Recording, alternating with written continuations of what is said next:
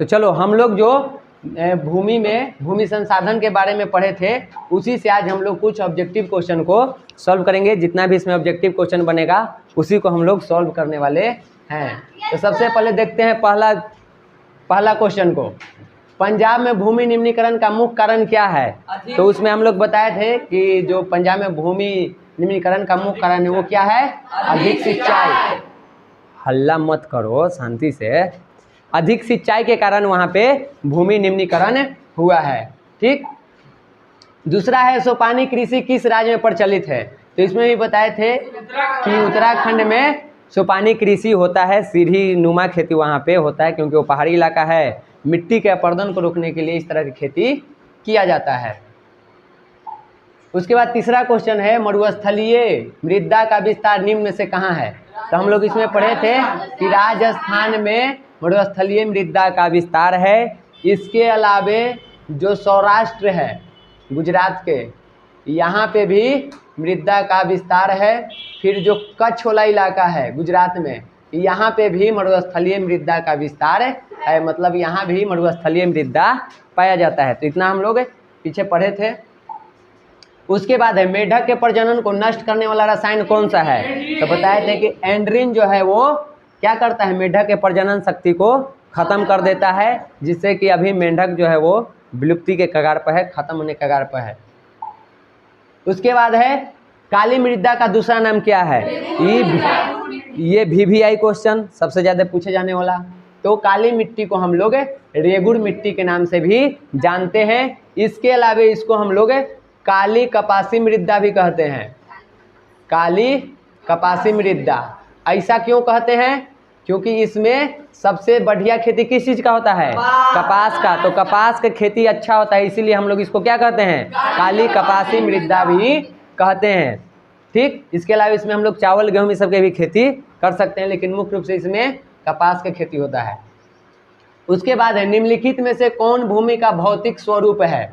तो देखो, अगर बात की जाए भूमि के भौतिक स्वरूप के, तो उसमें पर्वत भी आ जाता है, पठार भी है और मैदान भी है। तो ये सभी भूमि के ही भौतिक स्वरूप हैं। तो इसलिए इसका सही जवाब क्या हो जाएगा? इनमें से सभी, ये सभी भौतिक स्वरूप हैं उसके।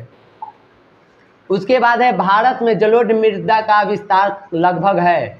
तो भारत में जलोढ़ मृदा का विस्तार लगभग 6.4 करोड़ हेक्टेयर में है। ठीक। इतना यहाँ पे फैला हुआ है तुमको क्या चीज? जलोढ़ मृदा। उसके बाद ये वाला जो है ये हमारा है लाल मिट्टी जो होता है, पीली मिट्टी, वो इतना फैला हुआ है।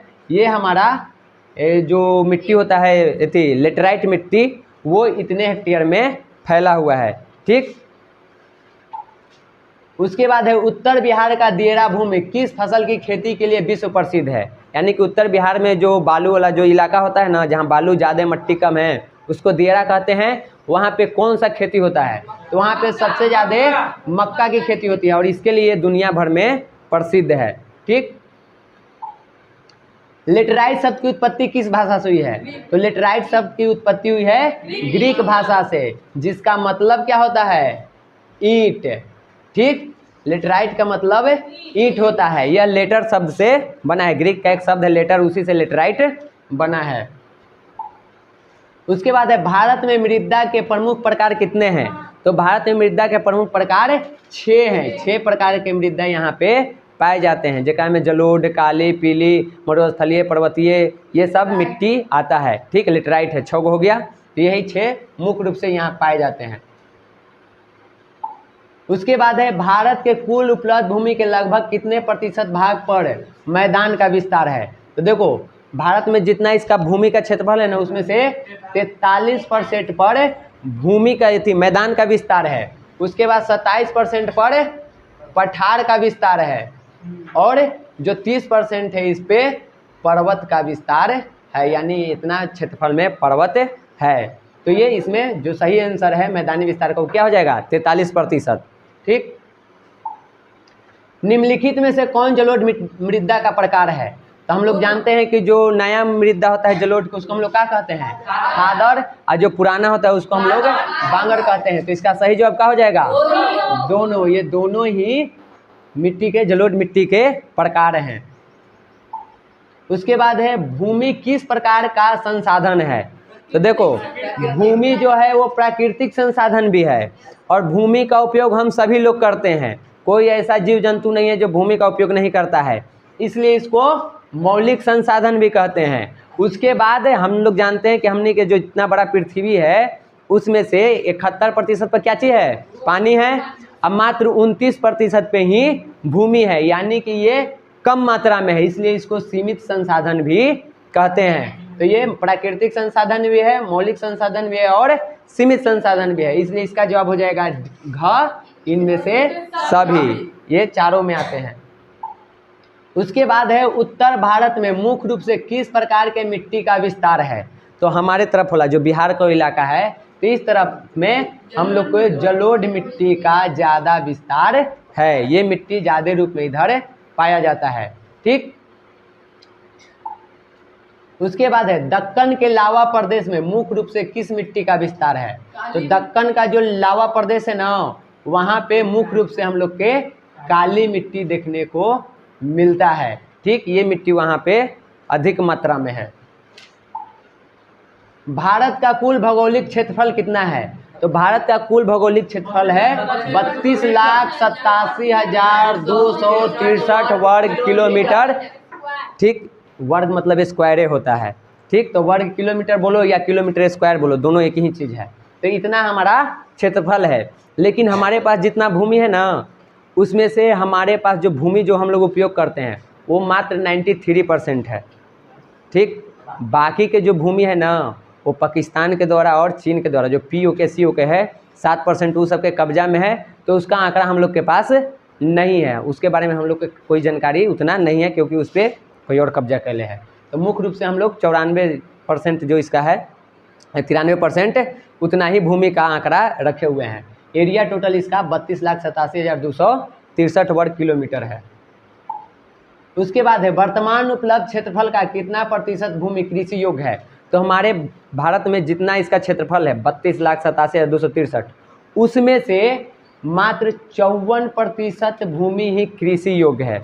इसमें भी पूरा नहीं है, जैसे कृषि के अलग अलग प्रकार होता है, एक होता है प्रतिभूमि, एक होता है वर्तमान प्रतिभूमि, एक होता है तुमको शुद्ध बोई गई भूमि।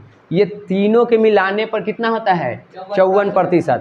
प्रतिभूमि मतलब होता है कि पिछला सीजन में हम खेती किए थे अभी उपरित है तो उसको प्रति कहते हैं, वर्तमान प्रति। कुछ भूमि ऐसा होता है जगह में 4 साल 5 साल से खेती नहीं हुआ है, खेती होता है लेकिन अभी नहीं हुआ है, जैसे गांव घर में लड़ाई होता है तो कहता है कि 44 लग गया। ठीक, तो उसमें कोई खेती नहीं कर सकता है, खेती वाला ज़मीन है लेकिन विवाद के कारण उस पर खेती नहीं होता है तो वो भी पड़ती है। तो उस तरह के भूमि को जो परित अभी बचा है उसको भूमि को, और जो अभी जिसमें खेती हो रहा है जो शुद्ध बोई गई भूमि है उस सब के जब मिलाते हैं ना तब कितना होता है 54%। यानी कि अभी भी हमारे पास जो 46% भूमि है उस पर हम लोग खेती नहीं करते हैं, बाकी इतना कृषि योग्य है। उसके बाद है राष्ट्रीय वन नीति कब बनाया गया। तो देखो हम लोग के देश में वन की कमी है। ठीक, मात्र लगभग 20% ही वन का विस्तार है जबकि 33% होना चाहिए। तो इस चीज़ को पूर्ति करने के लिए 1952 में राष्ट्रीय वन नीति बनाया गया था ताकि नया नया वन लगाया जाए, उसका संरक्षण किया जाए। लेकिन फिर भी अभी हमारे पास मात्र कितना वन है, तो कुल मिलाकर के 20% ही वन है। अब अगला सवाल को देखते हैं। अगला सवाल है किसी भी देश में पर्यावरण संतुलित रखने के लिए उसके क्षेत्र के कितने प्रतिशत भूभाग पर वन का विस्तार होना चाहिए। तो अभी हम बताए हैं कि किसी भी देश को वहाँ पे पर्यावरण संतुलित रहे इसके लिए क्या करना है, जितना उस देश का क्षेत्रफल है उसके 33% भाग पे क्या होना चाहिए, वन होना चाहिए। भारत में कितना है 20%। ठीक, पंजाब हरियाणा में कुल भूमि के कितने प्रतिशत भाग पर खेती होती है। तो जो पंजाब हरियाणा वाला इलाका है ना वहाँ पे लगभग जितना उसका भूमि है उसके 80% पे ये लोग खेती करता है।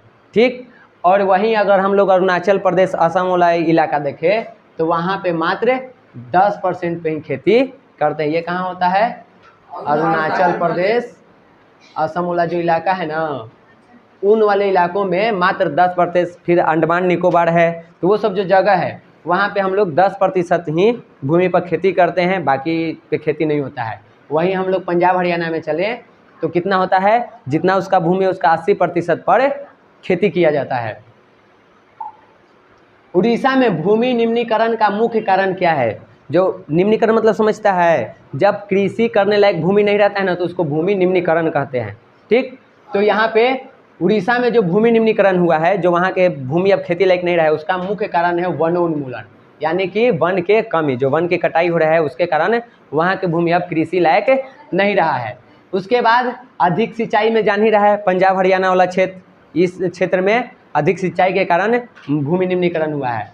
उसके बाद महाराष्ट्र वाला जो इलाका है उस तरफ का, वहाँ पे अति पशुचारण के कारण भूमि निम्नीकरण हुआ है। और खनन के कारण झारखंड है, छत्तीसगढ़ है, मध्य प्रदेश है, तो इन सभी जगहों पे खनन के कारण भूमि निम्नीकरण हुआ है, मतलब वहाँ की भूमि अब कृषि योग्य नहीं है।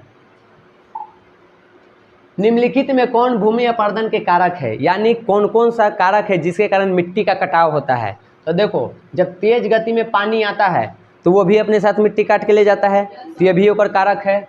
जब समुद्रिक लहर उठता है, समुद्र में पानी का लहर उठता है, तो जब वो आता है ज़मीन पे, तो फिर वो अपने साथ मिट्टी को बहा करके ले जाता है, तो उसके कारण भी यहाँ पे मिट्टी के कटाव होता है।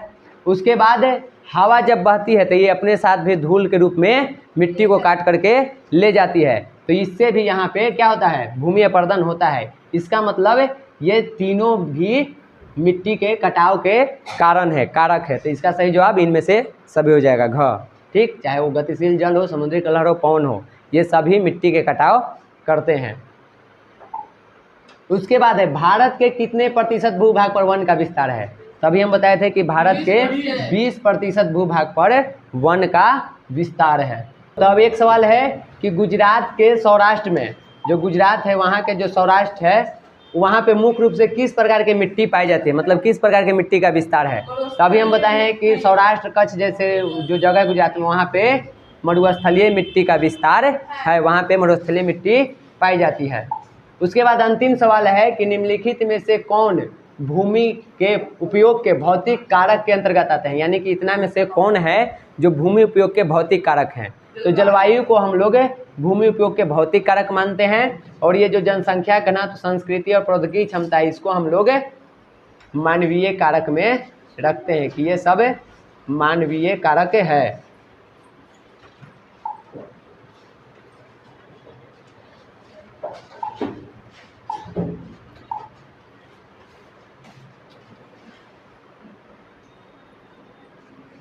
तो ये सब मानवीय कारक में आते हैं। और जलवायु है, भू आकृति है, तो ये सब हम लोग को किस चीज़ में आ जाता है? भौतिक कारक में। और ये जो जनसंख्या घनत्व, संस्कृति, प्रौद्योगिकी है, ये सब आ जाता है हम लोग को मानवीय कारक में। तो इस चैप्टर से इतना ही ऑब्जेक्टिव है।